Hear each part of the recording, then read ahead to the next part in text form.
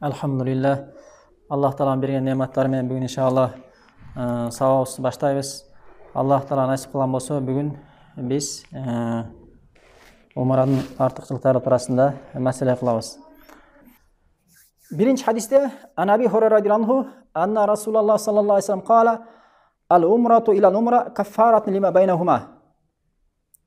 Payg'ambarimiz sallallohu alayhi vasallam bu hadisda aytadi,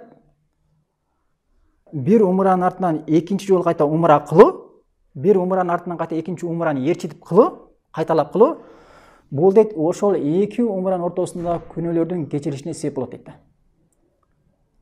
Cho'ng kunlar bu, kichkineki kunlar desa, hadisin sharhini olimlar cho'ng kunlar emas, kichkineki kunlarning kechirishine sebep bo'ladi deydi. Ko'rami? O'shaning uchun nima qilish kerak ekan? Umrani birining ortidan qaytalab qilib turish kerak ekan. Hadisning ulandisida wal hajjul mabrur laysa lahu jazam illa al-janna. Alemi Allohdan aslında qabul bo'lgan ajiliqdan so'v deydi, al biri g'ana jannat deydi. Qaysi bir odam ajiqlik qilib, o'shol ajiliq Allohdan aslında qabul bo'lgan bo'lsa, uni silaymi ekan? Biri g'ana jannat ekan, deyishganda. Hadis Buxoriyda keladi 1773 nomerda, Muslimda keladi 1349 nomerda. Umrani dağı hurmat tuğanlar ajılıqты дағы qilganda biz inshaalloh keyingi saboqlarda aytamiz. Ixlos bilan bo'lish kerak da. Ixlos bilan.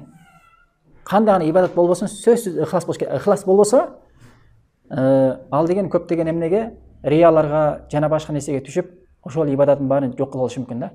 O'shuning uchun Allohning aslida qabul bo'lib turganday ajiliq qilish uchun adam emni degan kuchini sarflash kerak da. Emni degan kuchini bir g'ana aqcha emas. Adamlar o'ylaydi, aqcha bo'lsa men ajiliq qilib kelem, aqcha bo'lsa umra qilib kelem. Yo'q, bu yerda masala aqchada emas.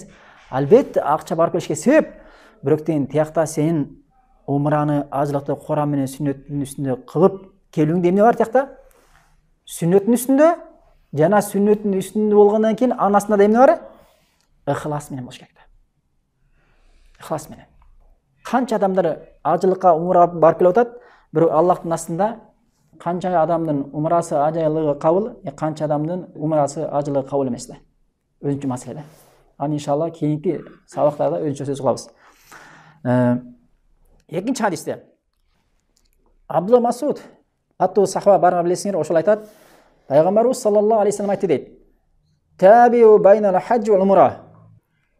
Ajiliqning ortidan umra, jana umraning ortidan ajiliq qilgan deydi. Taqta aytganda biri-birining ortidan erchitib, bir-birining ortidan qaytalab qilaveradi. Umra qilsang ajil qil, ajil qilsang ortidan umra qilavergin deydi. Aning foydasi emne desa, Payg'ambarimiz sallallohu alayhi vasallam aytadi, bayog'i murunqi uchurda temir ustalar bilasizlarmi? Temir ustalar bayog'i oltinni o't qo'yganda, je bo'lsa kumushni o't qo'yganda, je temirni o't qo'yganda uylab turgan o'zlari nasoslar bo'ladi. Arabchani kir deb qo'yadi. O'tni uylaganda baya o't kuchaytdagi oltinning betindagi javoshib turgan foydasiz dat bo'lov je foydasiz narsalarni uylaydi. Temirning ustundagi baya datlarni jamon buzilgan narsalarni uylab, tap-toza oltin, tap-toza kumush, tap-toza emni temir qilib chiqaradi ular. Va uylaganda ketiradi-da jamon narsasini. Payg'ambarimiz bu hadisda kimde-kim ajiliqning ortidan umra qila turgan bo'lmasa, birining ortidan birini qaytaray turgan bo'lmasa, anda mana o'shul amali deydi. To'raba temir ustaning asbabı taqta aytganda o'tni uylab turgan nasosi oltin bilan kumush jana temirning datin jamandan ketirgan siyaqti bu bir-birinin ortidan qilgan umra bilan aj amaldari adamning kedeyligin jana kunölerini ketirishine sebep bo'ladi deydi.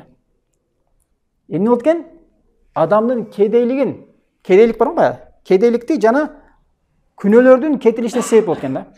Az adamlar emneden qo'rqadi? Kedeylikdan qo'rqadi. Payg'ambarimiz sallallohu alayhi vasallam hadisda aytadi, agar sen umrani ortidan ajning ortidan umra qila turgan bo'lsang, qaytalab, anda sen o'shul qilgan amaling sendan kedeylikni ketirishine sebep bo'ladi deydi. Maşallah. Biz kedeylikten qo'rqib ekanmiz. Qo'rqsaganda shariatda emni narsa ketiradi ekanin, kedeylikni mana o'shul amal ketiradi ekanda. Hadis Tirmizi'de geledi 813 numarada, Nasai'de geledi 2631 numarada, Ahmad'da geledi 3669 numarada. Hadiste Ahmad Şakir, İbn Baz, Albani, Muqbil Вади жана башка мухаддистер хадисте сах деген. Мына кимде ким кедейликтен абды аябай чарчап, кыйналып, жүдөп жүргөн болгон болсо, ал эмне кылыш керек экен? Ошого сарпташ керек экен да. Баягы бизнеске бирдекени сарптасаң акча келет го. А сен тескеринче ибадатка сарптасаң, биринчиден ибадат кыласың, ниетиң туралы, экинчиден эмне? Ошол нерсе сенин кедейлигиңдин кетиришине себеп берип болот экен да. Мынакей. Буну ким айтып атат? Пайгамбарыбыз саллаллаху алейхи вассалам айтып атат буну. А биз ибадатка кетиргенден кайта коркобуз. Эмне? Жок, кедейлик болуп калат депчи. Ислам акылга салмайт экен да. Акылга салсак, биз анда утулат экенбиз да. Жок, акылга салбай таваккел кылсаң, Пайгамбарыбыз саллаллаху алейхи вассалам өзүнүн хавасына сүйлөйт. Эмнеден сүйлөгөн? Аллах таала вахий берген ага. Ана. Көрсөңөр? Ал эми алдында кедейлик десе эмне десе, кедейлик деген эки түрлүү дейт. Колдун кедейлиги жана жүрөктүн кедейлиги дейт. Колдун да кедейлиги бар экен да. Колдун кедейлиги деген эмне? Биз көрүп жүргөн кедейлик да. Сенин кийимиң жагынан кыйналасың, ичкен тамак жагынан, же болбосо эмне жашаган үй жагынан жана башка, кыскасы биз көрүп жүргөн бардык кедейликтин түрү саналат да. Ал эми кедейликтин экинчи түрү эмне? Жүрөктүн кедейлиги да. Жүрөктүн кедейлиги эмнеден? Ыймандан төмөндүгү, ыймандан, тавхидтен, Аллах болгон таваккелдиктен, Аллахка болгон сүйүүнүн жоктугу же төмөндүгү жана башка ушундай шариат Аллах таалага жакындата турган бир жакшы ишенимдердин кедейлигинен болот. Экөөнүн тең кетишине иншалла себепкер болот деп айткан адамдар бар да. Көрөм маселени? Ошон үчүн умраны эмне? Көп этиш керек экен. Үчүнчү хадис. Ан Абу Хурайра радияллаху анху Кала Расулуллах саллаллаху алейхи вассалам Вафдуллах азза ва жалла саласатын дегени Аллахтын коноктору үч түрлүү дейт да. Аллахтын коноктору дейт. Ал-Гази Аллах жолунда Аллах үчүн согушучу адам. Экинчиси ал-Хаджу Аллах таала үчүн үйүнөн ажылык амалдарын өтөө үчүн сапарга чыккан адам. Үчүнчүсү вал-Муътамир умра кылуу үчүн үйүнөн ниетин жаңыртып, умраны көздөй, Аллахтын үйүнү көздөй чыккан адам дейт. Караңыздар. Кимдер дейт булар? Аллахтын коноктору дейт. Аллахтын коноктору. Алымдар ушул хадистин шархында айтышат, Аллах таала эмне үчүн ушул үч түрлүү адамды өзүнүн коноктору деп санаган дейт. Себеби дейт, Аллах таала мына ушул үч түрлүү адамды өзү жардам берип, өзү коргоп, өзү сактайт дагы, жана ушул үч түрлүү адамга Аллах таала соогун эселетип артып берет дейт. Хадис Насайда келген 3121 номерде хадисти Шейх Албани сах деген. Төртүнчү хадисте Абдулла номерден келген хадисте Пайгамбарыбыз саллаллаху алейхи вассалам айтат: "Ал-газу фи сабилиллахи" Аллахтын жолунда согушкан согушучу мусулман дейт. Жихадта да, жихадта согушчу мусулман. Вал хаджу жана ажылык амалын кылуучу адам. Вал муътамир жана умраны кылуучу мусулман. Вафдулла Аллахтын коноктору дейт. Даахум фажабуху Аллах аларды чакырганда алар Аллахка жооп беришти дейт. Карагыла. Аллах аларды чакырганда алар Аллахка жооп беришти дейт. Тактайды канча жооп бердиңер? Сенин үйүңөн ниет кылып Макканы көздөй, Кабаны көздөй чыгышың Аллах таала Куранда, Пайгамбарыбыз саллаллаху алейхи вассалам сүннөтүндө чакырдыбы? Кабага кел деп, сага милдет деп, важип деп чакырдыбы? Сен Аллах тааланын ошол чакыруусун кабыл кылып, ошо моюнсунуп бет алып чыктыңбы? Сен Аллахтын коногусуң да. Сен Аллахка мына ушул хадисте келгенде Аллахка жооп бергендигиң сен. Ал эми хадистин аягында Аллах таала аларды чакырганда алар Аллахка жооп беришти дейт. Васалуху фаатахум жана алар Аллахка дуа кылып бир нерсе сурашты эле дейт.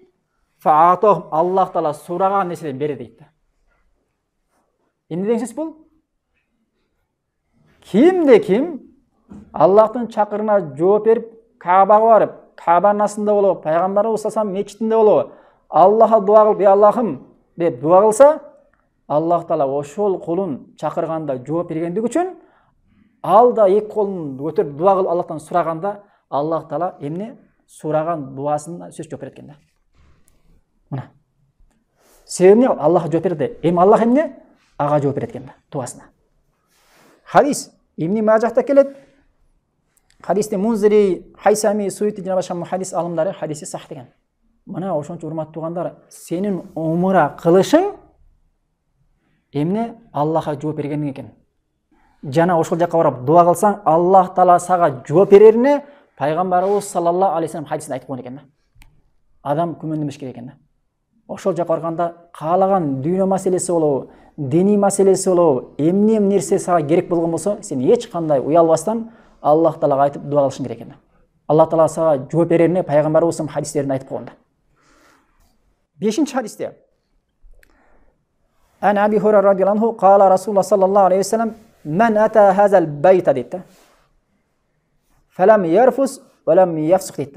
Кимде ким ошол үйгө келгенде, ошол үйгө дегенде Каба мечитине, Маккада Кабага келгенде эч кандай күнөө кылбай, кичинекей күнөө болобу, чоң күнөө кылбай, сапарындачы. Жана ошондо эле аялына жакындык кылбай турган болсо дейт. Мел кошулуу болобу, же болсо аялын өпкүлөө болобу, шариатта адам жанагы ихрам кийимин кийип туруп, кийгенден кийин, ниет кылгандан кийин ошол ихрамынын умурасынан толук бошомоюнча эмне? Аялына кошулуу жолдо баратканда, же болсо аялын өпкүлөп кармалоо шариатта эмне? Мүмкүн эмес, уруксат эмес да. Качан?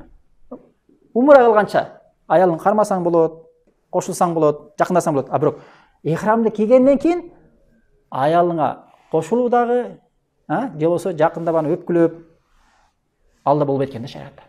Көрөбү? Хадисте дейт.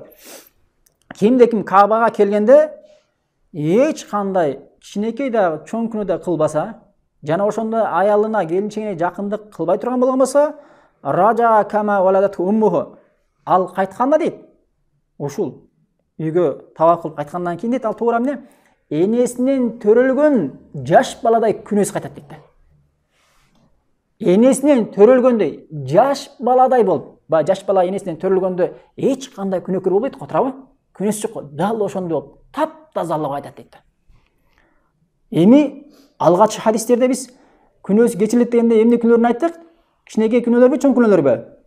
Кичинекей деп айттык. А бул хадистин шархында алымдар кичинекей күнөө дагы жана чоң күнөө дагы кирет дейт. Аллах Таала ушул таваф кылса, Аллах Тааланын кичинекей дагы чоң күнөөсүн баарын кечирип, энесинен төрөлгөн жаш баладай күнөөсү кайтат дейт.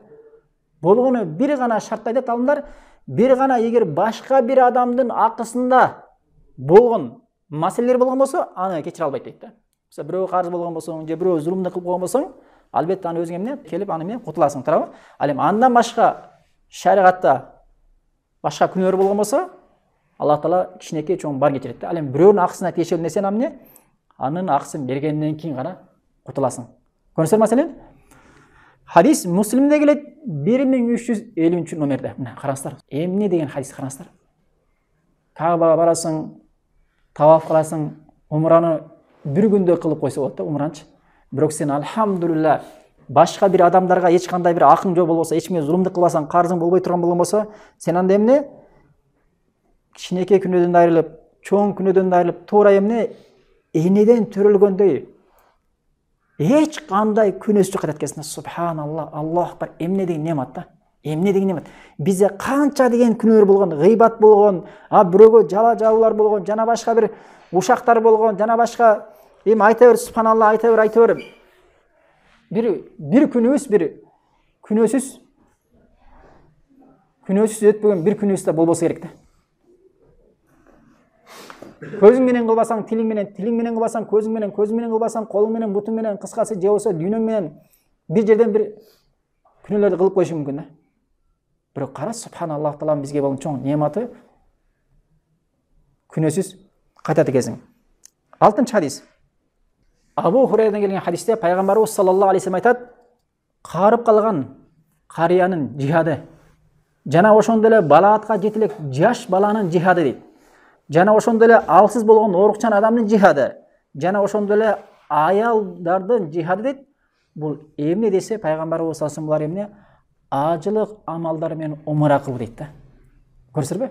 Себеби жихадка кимдер барат? Жихадка эркектер күчтүү чамасынан келген мүмкүнчүлүгү бар эркектер барат да жихадкачы. Аллах жолунда жихадка. Эми ушул хадисте эмне дейт? Карый адам жихад кыла албайт. Жана балаатка жете элек жаш бала да жихад кыла албайт. Жана оорукчан адам, өзү чоң эле болушу мүмкүн, эркек болушу мүмкүн, бирок оорукчан колескада отурат, же болбосо оорукчан бара албайт, же болбосо аялдар, жалпы аялдар. Мына ушулардын жихады эмне? Ажылык менен умур амалдарын кылуу экен да. Ушул хадистин шархында алымдар айтат. Ушул адамдар дейт, ушул 4 түрлүү адамдар кимдер болду? Карып калган карыя, балаатка жете элек жаш бала, жана алсыз болгон эркек болобу, оорукчан адам жана аял адамдар, ушул 4 түрлүү адамдар дейт. Эгер ажылык менен умра кыла турган болсо, туура Аллах жолунда жихадта согушкан адам сооп алгандай соопко ээ болот дейт хадис шартында. Ушундай амалдар бар экен, адам чын ыхластан ушул хадисти угуп туруп, ошого амал кыла турган болгон болсо, мына ушундай сооптор берет экен да. Ал эми адам жихадка баргандан ошол жерден өлүп кетиши мүмкүн да. Бирок ушундай адамдарга ушундай жихадтар бар экен, сен арден өлбөйсүң. Эми Алла Таала тадырыңа жазып эле, жолдон баратканда bir кырсык болуп, апат болуп, же болбосо бир ооруп калып өлүп калбасаң, бирок жихаддадай болуп сен бирөө башыңды алып салып, же болбосо сени эмне атып салып, андай өлбөйсүң. Тарап отура эмеспи?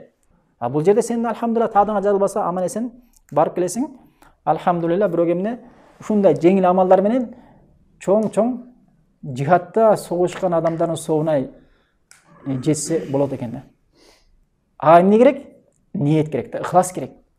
Хадис Насаиде келет 2626 номерде. Хадисти Албани Хасан деген, Ибн Хаджар Асқалани сахих деген хайсамилер сахих деп айткан хадисте. 6-нчы хадис. Сахил ибн Саадтан келет. Пайгамбарыбыз саллаллаху алейхи вассалам айтат: баягы ихрамды кийгенден кийин ушундай талбия бар, зикир бар да. Лаббайк Аллахумма лаббайк, лаббайк ла шарика лака лаббайк, иннал хамда ван ни'мата лака вал мулк ла шарика ла деп миқоттан баштап, Майдина жактан биз барсак, Майдинада миқоттон ихрамды кийгенден баштап Каабага барганча ушул зикирди айтып баруу сүннөт да. Эркектер үн чыгарат, аялдар үн чыгарбай айтышат да. Ар ким өзү менен өзү айтат да, жамаат менен эмес, өзүнчө айтат да. Ушул зикирди пайгамбар айтат. Кимде ким умрага же ажыга чыгып ниет кылгандан кийин ушул талбияны зикирди айта турган болгон болсо дейт, анын оң жагындагы жана сол жагындагы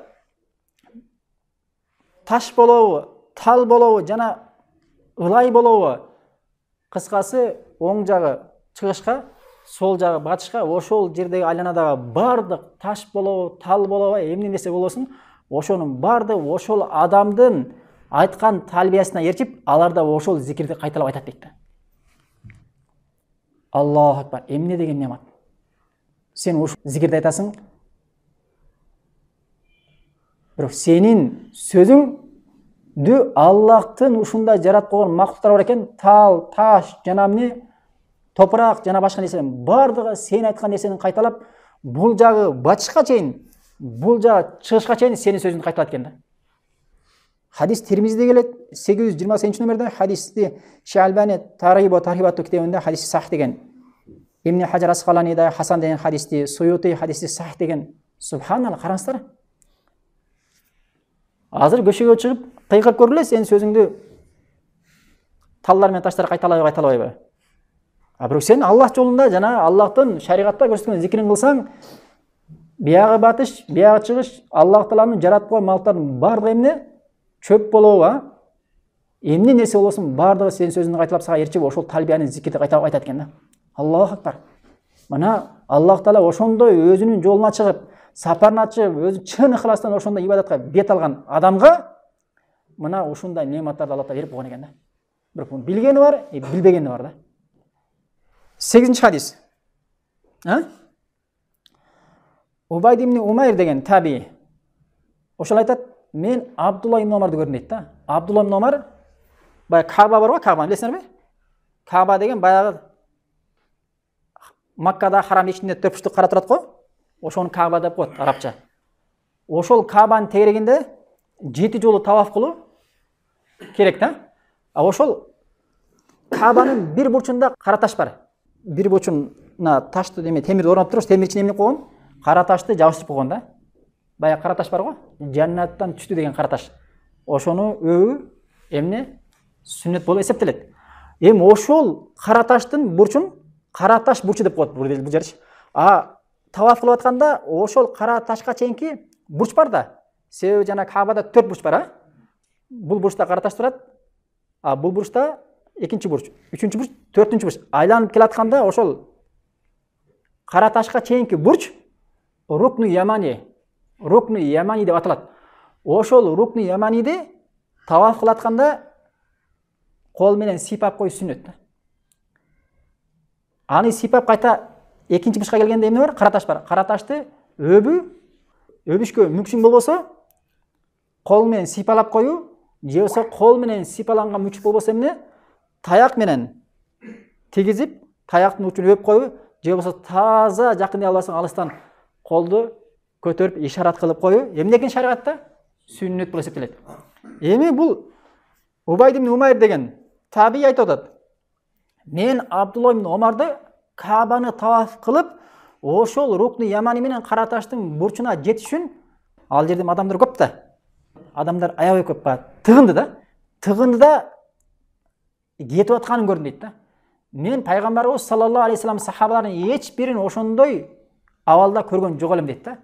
Абдулла ибн Омар ошол элдер менен тыгында ошага жетиш үчүн кетип атканын көрдүм дейт да. Анан мен айттым дейт. Аба Абдурахман. Куньясы эмне? Абдулла ибн Омардын куньясы Абдурахман атасы да. О, Абдурахман атасы дейт.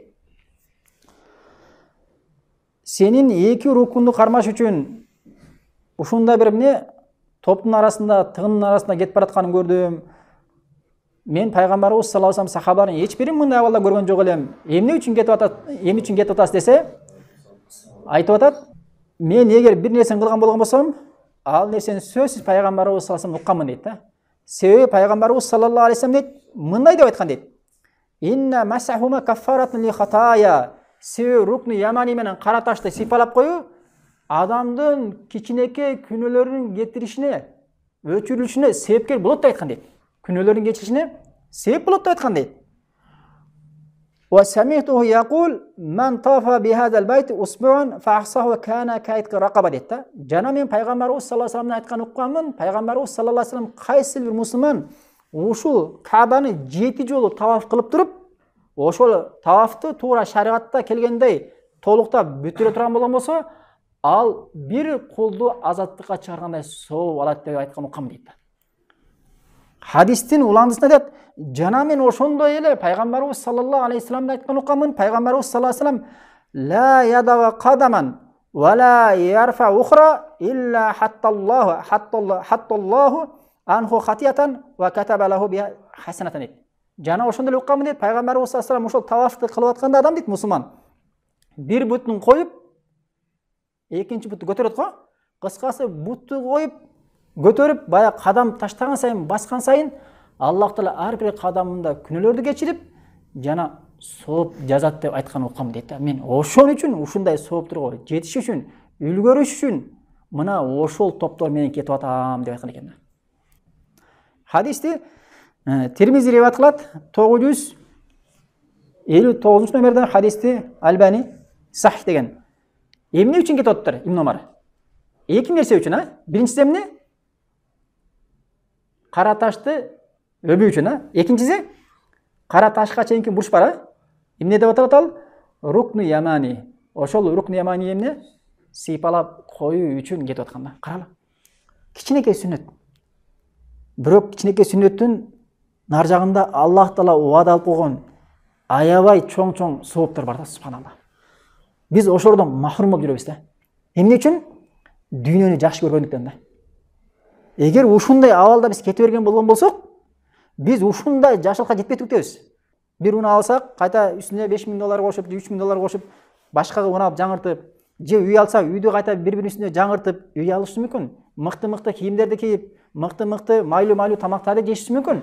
бирок өзүбүздүн сараңдыгыбыздан Аллах Таала чакырган нерсеге жооп бербей ушинтип сараңданып жүргөндүктөн ошондой важип болгон ибадаттарды аткара албай, Аллах Тааласына күнөөкөр болуп, жана ушундай сахабалар амал кылып умтулган жакшы амалдарды кылбай дүйнөдөн өтүп кетиши толук мүмкүн да. Өмүрүбүздө Каабага барып умра кылуу, ажы кылуу мүмкүнчүлүк боло тура ошол жака барбастан дүйнөдөн коштошуп кеткен адамдар миллион саналат, урматтуугандар. Өзүн мусулманмын деп атайт. Аллахтан кечке чейин эмне ажылыкпа бармын суранат да, бирок колунда акча турса дагы башка нерсе алып алат да. Сен сурап атасың, сурагандан кийин колуңа акча жетпейби? Жүгүр да биринчи эле ошол жака. Мурунку өткөн аталар эмне кылган? Жылдап өмүр бою Аллахка дуа кылып, канчасы Каабага барып өтүп кеткен да. Канчасы дуа кылып жүрүп, кичине акча тапканда тыйындарын чогултуп жүрүп, 3 айда барган да. Жөө башкандар, ат менен эшек менен башкан да. Бирок ошолордун барганы дагы, бирок бара албай, жарым жолдон жетпей өлүп калганы канча? Же болбосо умра ажыны өтөп келатып, жолдон өлүп кетип, каза болуп кеткени канча, урматтуугандар? Азыр силер ушундай Аллах неаматы, ушундай заманда жашадабыз. Аэропорттон отурсаң, кичине көздү жумсаң, бир аздан кийин арабчасага урматтуу жүргүнчүлөр дейт да. Сиз Мединага келип калдыңыз дейт. Түшкөнгө даярдана бериңиз дейт да. Сен өзүң билбей каласың.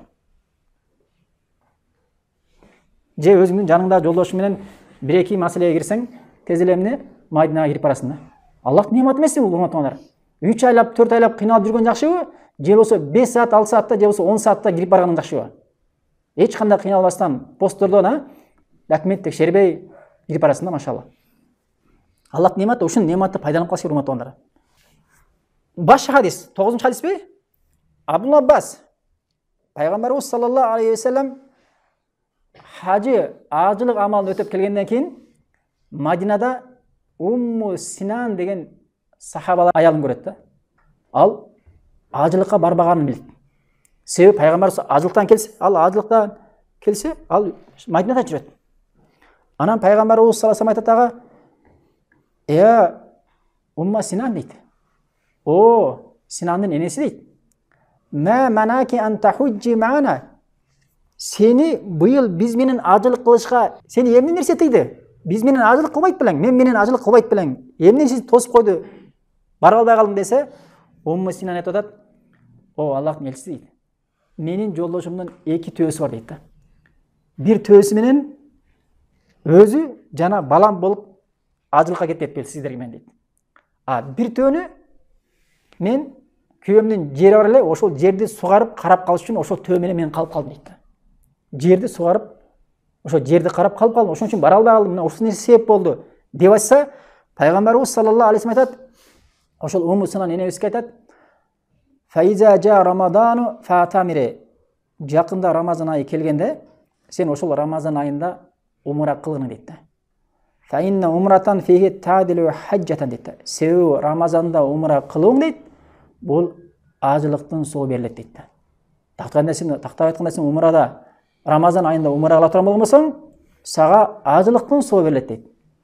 Бул Муслимде келген риwayatында. Бул хадис 1256 номерде. Ал эми Бухариде келген сөзүндө, риwayatында пайгамбарыбыз саллаллаху алейхи ва саллям айтат: "Фаинна умратан фи Рамадан тaqdi хаджатан ма'i" дейт да. Сен Рамазан айында умра кылың дейт, мен менен ажылык кылгандай соопко ээ болосуң дейт да. Сен Рамазан айында умра кылсаң дейт, мен менен ажы кылгандай деп кимди айтып атат пайгамбарыбыз саллаллаху алейхи ва саллям? Өзүн айтып атат да. Мен менен ажы кылгандай. Себеби пайгамбарыбыз саллаллаху алейхи ва саллям чогуу ажылык кылуу чоң немат турмактаган турабы? Мен менен ажылык кылгандай соопко ээ болосуң деп айтып атат да. Мына ушул хадисти алымдар далилдеп, Рамазан айында умра кылуунун артыкчылыгына келгенде ушул хадис биринчилерден эскерилет да. Себеби кимде-ким Рамазан айында умра кылса, пайгамбарыбыз саллаллаху алейхи ва саллям айтып атат, алга ажылыктын соо берилет, же болбосо мен менен ажы кылгандын соо берилет деп айтып атат да. Хадис түшүнүктүү маселе. 10-чу хадис. Абдулла Аббас айтып атат: Кабанын бурчундагы кара таш тууралуу пайгамбарыбыз мынтип айтты дейт. Валлахи дейт да. Ла ябасаннаху Аллаху ямал кияма лаху айнаны юбсиру бихима ва лисану янтиқу бихи ва яшхаду ала ман исталамаху бил хаққин дейт. Пайгамбарыбыз саллаллаху алейхи ва саллям хадисте айтат. Аллах Тааланын аты менен касам ичип айтам дейт да. Мол Кабанын бурчунда кара таш дейт. Эртең кыямат күнү Аллах Таала ошол кара ташка жан киргизет дейт да. Жан киргизет дейт. Ошол кара таштын көрө турган эки көзү болот дейт кыямат күнү. Жана сүйлөй турган тили болот дейт. Кимде ким чын ыхластан Аллах үчүн ибадатты туура аткара турган болгон болсо, акыят үстүндө дейт. Мына ошол кара таш кыямат күнү Аллах Таалага ошол адам мени кармаган жана мага келген деп көлүк берет дейт. Аллах акбар, караңыздар. Кабада кара ташка эртең Аллах Таала эки көз берет экен да. Ага биринчиден жан берет экен, көрө турган эки көз, жана сүйлөй турган тил берет экен да. Эртең кыямат күнү ким азыр умрага барып, же ажыга барып ошону кармалап, сыйпалап өлө турган болгон болсо, ошол кара таш эртең кыямат күнү Аллах Тааласында "Я Раббым, ушул мага келип, умрага келип, же ажылык кылып, мени кармаган, же өпкөн, же ишарат кылган" деп эмне Аллах Тааласына эмне алат? Күбөлүк өтөт экен да. Хадис Тирмизиде келет 961 номерде. Хадисти Шуайб Арнаут, Тирмизи, Альбани жана башка алымдар хадисти сах дешкен. Маселе түшүнүктүүбү? Эми ушул таш эмне болгон таш? Эртең иншалла умрага бара турган жигиттер барганда иншалла көрүшөт. Эмне болгон таш? Ушул таштын эмне болгон таш экени туурасында пайгамбарыбыз саллаллаху алейхи ва саллям Абдулла Аббас риваят кылган хадисте мынтип атат. Назала al-hajar aswad min al-janna. Бул кара таш дейт, жаннаттан түшкөн таш дейт. Wa huwa ashaddu bayadan min al-labani. Башында ушул таш түшкөндө аз барсаң кара таш, бирок башында ушул таш түшкөндө сүттөн аппак таш болгон дейт. Сүттөн аппак таш болгон дейт. Wa huwa ashaddu bayadan min al-laban fasawwadathu khataya bani adam. Акин адамдардын күнөөсү себеп болуп ушул таш карайып кеткен дейт, карайып калган дейт. Көрдүңөрбү? Адамдын жүрөгү билесиңер го, адамдын жүрөгү негизи таза болот. Бирок адам өзү күнөө кылган сайын, ар бир күнөө кылган сайын жүрөгүндө так пайда болот да, та көйөрүп, эртең жүрөгү эмне болот? Капкара болуп калат да. Аны эртең сен акыйкат айтсаң, Куран окусаң, Куранды түшүнбөйт. Хадисти айтсаң, хадисти түшүнбөйт. Жакшылыкты көрсөтсөң, бай эмне деп коет? Эшекти отко айдасаң, жаман жакка чат дейт го, туурабы? Ошондой болуп аны жакшылыкка, ибадатка бир өнүгө турган бир өнүгүүгө чакырсаң, жакшылыкка бир түбөлүк бактылыкка чакырсаң, сен тууралуу жаман ойлойт да. Сен тууралуу жаман ойлойт да. Эмне? Бир тозокко, же болбосо бир жаман бир несеге чакырып аткандай көрөт да, көрөбү? Себеби эмне? Жүрөгүн өзү себеп болуп, жүрөгү тосулуп калган да. Карайып калган, толуп калган. Адамдын күнөөсү өзүнө эле эмес, жада калса эмне? Ошол Кабанын бурчунда кара ташка чейин таасир берген экен да. Ошол хадистин. Түшүнө турган болсо. Тирмизиде келет 870 номерде, Ахмадда келет 2795 номерде, хадисти Мунзири, Альбани, Шуайб Арнаут жана башка мухаддистер хадисти сах деген. Хадисте кара таш каяктан түшкөн экен? Жаннаттан түшкөн экен. 12-чи хадис. Сахул ибн Хунайф деген сахаба риwayat кылат. Кала Расулуллах саллаллаху алейхи ва саллям: "Ман татаххара фи байтиги." Кимде ким үйүнөн даарат алып дейт. Атайын ниет кылып даарат алып, сум ата масжида Куба дейт. Андан кийин Куба мечитине келе турган болгон болсо дейт. Даарат алып Куба мечитине келип 2 рекат намаз окуп турган болгон болсо дейт. Фасалла фиги салатан кана лаху каажри умратин дейт. Умратин дейт. Үйүнөн даарат алып, ниет кылып атайын Куба мечитине келип 2 рекат намаз окуп турган болгон болсо, мен ал фарз намаз болсун, мен нафил намаз болсун айырмасы жок. Ал туура умра кылгандын соолун алат дейт. Эми умрага барган адамдар, же ажыга барган адамдар Мадинадан эле даарат ошол жаткан гостиницасынан эле даарат алып туруп, атайын ниет кылып чын ыхластан ошол Куба мечитине барып 2 рекат намаз оқып тұрған болса, жада қалса мешіт ақысы болса да оқып тұрған болса, иншалла Каабаға барбай тұрып, умра қылбай тұрып эмне? Умраның соғына жеткен болды екен да. Бұл емнен артықшылығы умраға барғандың же ажыға барғандың артықшылығы да. Сен Мадинаға барғанда ушул мешіт қайсы жақта бұл? Бұл Мадинада да. Ушул мешітке зиярат қылып барасыңдағы 2 рекат намаз оқисың, умра қылғандай соқ аласың да. Анан кейін дағы умра қыласың өзіңнің умраңды, ал башқа. Албетте бұл соғында да, атеге умра менен эмне кылат?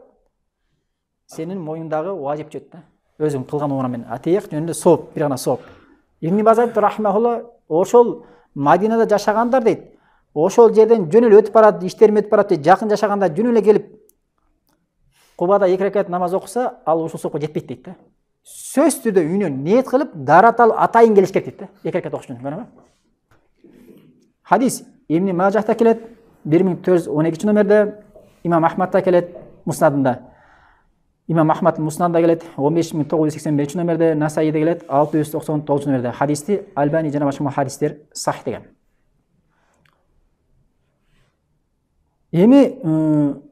Эми субханалла жада калса ушул Кубанын артыкчылыгын кейбир сахабалар баалаган экен да негизичи. Мисалы, Айша бинти Саад деген өзү баягы Саид ибн Аби Ваккастын кызынан риваят кылат. Кыз айтат: "Атам" дейт. Билесиңерби сахабаны, билбейби? Ошол сахаба дейт, мындай деп айткан экен да.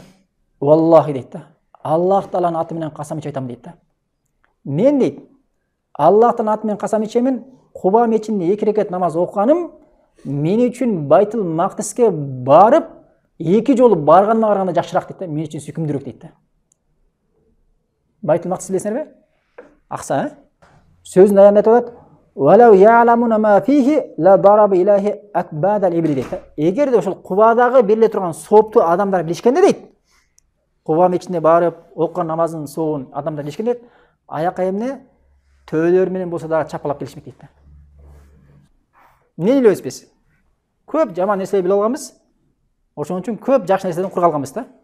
Эмне билебиз биз? Машинанын түрлөрүн билебиз. Биз эмне билебиз? Үйлөрдүн түрлөрүн билебиз. Эмне билебиз? Магазиндерди билебиз. Эмне билебиз? Кафелердин аттарын билебиз. Качан көрдүң кафелеп жүрөбүз. Эмне билебиз? Тойду билебиз, а?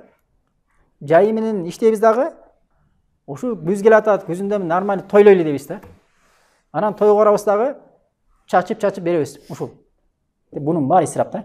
Ибн Хаджар ушул асарды сахih дегенде өз Фатхул Баринде 3-чү томунун 69-чу бетинде сахih 13-чү. Жабир ибн Абдулла деген сахаба, билесиңер. Ошол айтат: "Анна Расулуллах саллаллаху алейхи вассалам кала", пайгамбарыбыз саллаллаху алейхи вассалам айтты дейт: "Салатун фи масжиди афдал мин альфи салати фи масиваху" дейт да. Менин мечитимде окулган намаз дейт, башка мечиттерде окулган намаздан 1000 эсе артык дейт да. Пайгамбарыбыз саллаллаху алейхи вассалам мечитинде 2 рекат намаз окусаң, сен башка пайгамбарыбыз саллаллаху алейхи мечитинде 2 рекат окуган намаз башка мечиттерден канча эсе артык экен? 1000 эсе артык экен да. Хадистин уландысында иллал масжидул харам, бир гана харам мечити дейт. Ва салатун фил масжидил харам, алеми харам мечитинде окуган намаз дейт, афдал мин мият альфи салатин фи масиваху. Харам мечитинде окуган намаз башка мечиттерге караганда 100 000 эсе артык дейт да. 100 000 эсе артык. Эгер сен умрага барсаң, же ажыга барсаң, намазды каяктан окуйсуң? Баягы өзүңдүн районуңда мечиттен окуйсуңбу? Же пайгамбар болсо мечиттен окуйсуңбу? Пайгамбар болсо мечиттен окуйсуң. Же болсо Маккага барсаң, Кааба мечитинде окуйсуң. Пайгамбар мечитинде бир намазың 1000 эсе соогу. Үчтүнү соогунда. Каабада 100 000 эсе. Эми Шейх Усеймин рахмаулла айтат, ушул сабак берип атып, ушул хадис айтып атат. Сен Каабадан дейт, жума окудуң дейт. Жума өзүнчө намаз турабы? Эми Каабада окуган жума намазы башка мечиттерде окуган жума намаздан канча эсе артык? 100 000 эсе артык. Эми сен бир жылда канча жолу жума окуйсуң эсепте? Бир жолу жуманы окусаң, пайгамбарыбыз саллаллаху алейхи вассалам мечити же болбосо Каабадагы мечитте бир жума окуганың, сен башка жерде ошондой соопко жетишиң үчүн, башка жерлерде Кыргызстанда жетиш үчүн канча жыл жашашың керек? 1785 жыл Кыргызстанда жашашың керек экен. Бул учур эмес, мурунку Адам алейхиссалам учурунда Нух алейхиссаламдар 1000 жылга чейин жашаган да. Алар жеткен эмес ушул нерсеге. 1785 жыл жашашың керек экен да.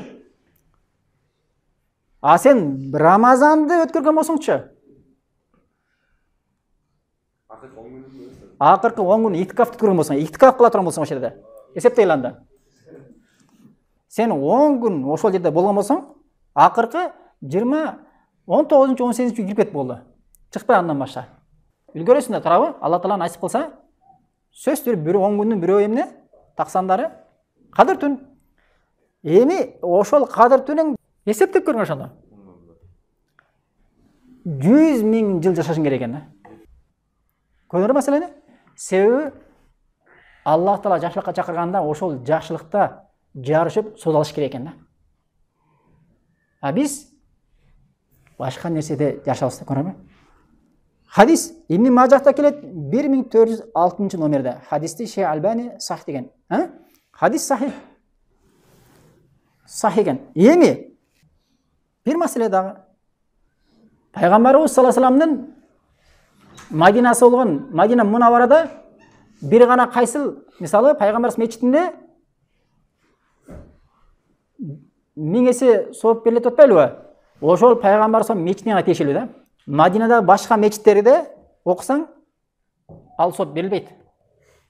Кээ бир Мадинага барып дагы кыбла атайынды эки тараптуу кыбла деген мечитти кыдырып жүрөт. Саба Масажид деген мечит бар, ошону кыдырып жүрөт. Же болсо субханалла өңкүлөө кетип калат, аны кийинки сабакта айтып беребиз дачы. Атайын ошо $1,500 төлөп алып ошакта өңкүлөө кылып жүрөт да.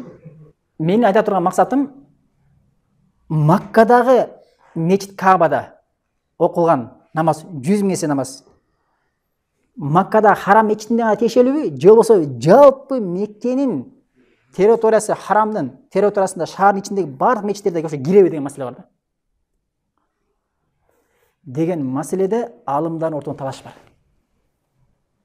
Себеби умрага бара турган адам сөз үчүн билиш керек да. Сөзсүз билиши керек. Буну билбей мүмкүн эмес да. Маккага барып да магазиндерди кыдырып жүрүп берет да, ажырды кыдырыпчы. Анан ушунча алыстан барат дагы намаз каяктан окуйт? Ар бир мечиттерден окуп жүрүп берет да. Эми бул маселени карап коелу. Керек. Биринчи топтогу алымдар, Ханафи алымдары, Малики алымдары, Шафи алымдары, Ибн Кайым рахимахулла, Ибн Баз жана башка бир топ алымдар ошол 100 000 сооп деген жалпы Меккедеги Кааба мечитинде жана Меккенин ичиндеги мечиттерде окуса ушул нерсеге сообу берилет дейт да. Бирок албетте Макканын ичиндеги мечиттерде караганда Каабанын өзүндө окуу буда талаш жок дейт, жакшы экенде, сообу күчтүү экендечи. Экинчи топтогу алымдар бир топ алымдар. Имам Навави рахимахулла, Табари рахимахулла, Ибн Муфлих, Ибн Хаджар, Албани, Усеймин жана башка бир топ алымдар жок. Хадисте ал жерде илля Масжидел Кааба, бир гана Каабадагы Кааба мечит деп айтылган дейт да. Хадистечи. Кааба турган мечит деп айтылган дейт да. Жалпы Мекке деп айтылган анык далил келген эмес, ошондуктан эмне? Ошол 100 000 каада берилет дейт, бир гана Кааба мечитинде дейт да. Кааба мечитинде дейт. Албани рахмаулла айтат, карабайсыңарбы дейт. Шейх Усеймин Албани айтат, карабайсыңарбы дейт. Пайгамбарыбыз хадисте айтып атат дейт. Салатун фихи афдал мин алфи салат фима сиваха илля масил Кааба деген бир гана дейт да. Бир гана Кааба мечитинде отат. Бир гана Кааба мечитинде отат дейт да. Пайгамбар айткан жок дейт. Жалпы Мекке мечиттери деп анык далил келген эмес дейт да. Кээ бир асалар келген аны даиф дейт. Ошон үчүн бизге анык жеткилген хадис мына ушул дейт да. Ошондуктан эң турасы жана күмөн болбой турган нерсе эмне экен? Маккага барып калган болсоңор, башка жакка кыдырып кетпей, Кааба мечитине окуш керек экен да. Кээ бирлери Маккага барып гостиницада жатып алат. Алхамдулилля 100.000 биякта деле бар депчи. Мейлі ошону тура деп көрсөң деле, сен этиятты кылып эмне кылыш керек? Каабаны көздөй барышың керек да. Көрсөң, ошон үчүн умрага барган адам, ажылыкка барган адам бош убакыттарын башына эсе кетирбей эмне керек экен? Каабадан чыкпаш керек экен. 5 мал намаз ошерде отуруп нафил намаздарды окуй беришиң керек да. Окуй беришиң керек. 2 ракат нафил намазыңды субханалла 100.000 соого. Аллаху акбар. Эртең сенин жаннатта бейиште даражаларың мындай тезирээк, ылдамыраак мындай көтөрүлөт да. Түшүнөр маселени? Се ар бир 2 ракаттын 100.000 эсе Кыргызстанда 100.000 намаз окусуң, ошонун соогуна барабар да. 100.000 намаз. Сен 100.000 намаз качан окуйсуң? Өзүң мешитке барганда мешит акысын окуй албай эрин жүрсөң. Эми кийинки маселе. Пайгамбарыбыз мечитинде 1000 экен. Харам мечитинде соогу канча экен? 100 экен. Акса мечитиндечи? Палестинада Акса мечитинде канча соо берилет? 2 ракат намаз окусаң канча соо берилет? Акса мечити дагы берекелүү мечиттерден. Се пайгамбар хадисте ла тушадду рихала илля иля саласати масажид дейт да. 3 гана мечитке башка бир жерден атайын мечитти көздөп сапар кылса болот да. Эмне үчүн сапар кыласың сен? Пайгамбарыбыз мечитине барып намаз окуш үчүн атайын сапарга чыксаң болот да. Пайгамбарыбыз мечитине сапар кыласың дагы, пайгамбарыбыз мечитине баргандан кийин намаз окугандан кийин ошол жерде пайгамбарыбыз кабыр болгон үчүн пайгамбарыбызга, Абу Бакирге, Омарга эмне зиярат кылып салам берип коесуң. Түшүнөр маселени? Ошон үчүн пайгамбар хадисте эмне ла тушадду рихала илля иля саласати масажид дейт. Эч бир жерден дейт, бир жерге атайын сапар кылып чыгылбайт дейт, бир гана 3 жерге дейт да. Харам мечитине, жана мен мечитине, жана эмне Акса мечитине атайын ибадат кылыш үчүн, көрдүңбү? Ибадат үчүн. Ал эми саякат кылыш үчүн кыла бересиң, бул эми ибадат максатында 3 эле жерге сапар кылынат экен да, көрдүңбү? Ошон бирөө Акса мечити. Эми Акса мечитинде соо канча десе, талаштар бар. Бир хадистерде 1000 дейт, бир хадистерде 500 дейт, бир хадистерде 250 дейт. Эми ошоло карап көрөлү. Мисалы, Маймуна деген пайгамбарыбыз саллаллаху алейхи вассалам кызматчысына келген хадисте пайгамбарыбыз саллаллаху алейхи вассаламга ошол суроо берип атат да. Акса мечитинде соогу кандай деп сураса, пайгамбарыбыз саллаллаху алейхи вассалам айтып атат: "Фаинна салатан фихи калфи салатин фи гайрихи." Ал мечитте башка мечиттерде окулган намаздардан караганда 1000 эсе жакшыраак дейт да. 1000 эсе дейт. Хадис Ибн Мажахта келет 1407 номерде. Бирок хадисти Альбани мункар деген, кайтарылган хадис деген да, сахih эмес деген да. Бусайри бул да хадис даиф деген ушул хадисти. Ибн Хаджар Асқалайни хадис даиф деген. Хадис алымдар ушул хадисти даиф деген. Экинчи хадисте Абу Дардадан келет. Пайгамбарыбыз саллаллаху алейхи вассалам айтты дейт, пайгамбарыбыз саллаллаху алейхи вассалам Мактис мечитинде, Акса мечитинде окулган намаз башка мечиттерден окулган намаздан 500 эсе жакшыраак дейт. Бул хадистечи Абу Дардадан келген хадисте. Бул хадис Базарда келген 4142 номерде, Тахавидин Ал-Асар китебинде келген 609 номеринде келген бул хадисти Альбани даиф деген ушул хадисте. Бул хадисте канча деп келип атат? 5 деп келип атат. Ибн Раджаб даиф, Захаби даиф деп, бирок Суюти жана кээ бир алымдар бул хадисти хасан деген да. Көрүң, ушул хадисинде неме бар экен? Талаш бар экен да. Кээ бир алымдар хасан десе, кээ бир алымдар эмне? Даиф дешкен да. Эми үчүнчү хадисти көрөлү. Үчүнчү хадис Абизар Ал-Гифаридан келет. Ошол сахабада биз пайгамбарыбыз саллаллаху алейхи вассалам астында Байтул Мактис мечитинде намаз окуу туурасында маселени зикир кылдык дейт да. Ошондо пайгамбарыбыз саллаллаху алейхи вассалам айтты дейт, Акса мечитинде окуган намаз дейт, менин мечитимде окуган намаздын 4/1 деп айтат да. Канча окуат ошондо? 250 дейт.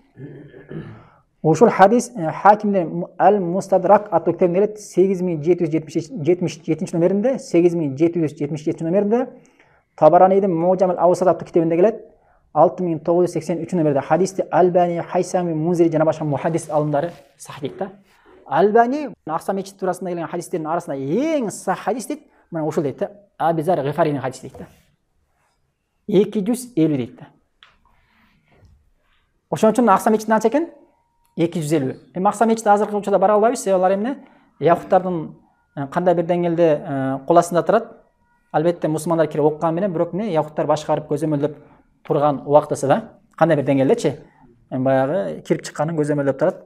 Ошондо бир мусулмандар бир кыйынчылык алып турат. Аллах таалага жардам берген болмосун, иншалла келечекте ачылып калган болмосо, мусулмандар анык толук кирип намаз окуш мүмкүн болгон болсо, иншалла бир туугандарыбыз өзүбүз эле барып, ошол Акса мечитине зыярат кылып барып, иншалла хадиске амал кылып, намаз окуп келсек болот да.